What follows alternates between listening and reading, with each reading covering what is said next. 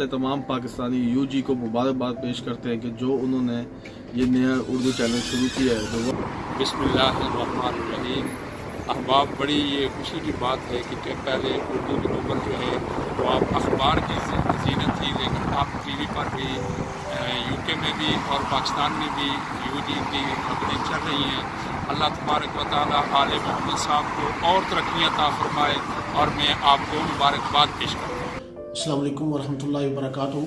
ये Urdu global news की बहुत बड़ी कावश है यहाँ पे यूनाइटेड किंगडम में, और इन्होंने बहुत अच्छा काम किया है, लोगों को आगाह किया है, लोगों को बिजनेसेस को प्रमोट किया। और अब ये यूजी टीवी जो है, उम्मीद है कि ये एक बहुत बड़ी मज़ीद जो है वो कावश होगी, कम्युनिटी के लिए काम करेंगे, कम्युनिटी के जो मसाइल हैं उनको मंजर आम पे लाएंगे। और मैं समझता हूँ कि सैयद आले मोहम्मद साहब की ये बहुत बड़ी कावश है। अल्लाह ताला इन्हें मज़ीद तरक्की और कामयाबी अता फरमाए। हम यूजी न्यूज़ को पाकिस्तान में और यूके में वेलकम करते हैं। हम बहुत खुश हैं कि ये नेटवर्क अब अच्छी से अच्छी खबरें जो है ना कम्युनिटी तक जल्द से जल्द पहुंचा सके।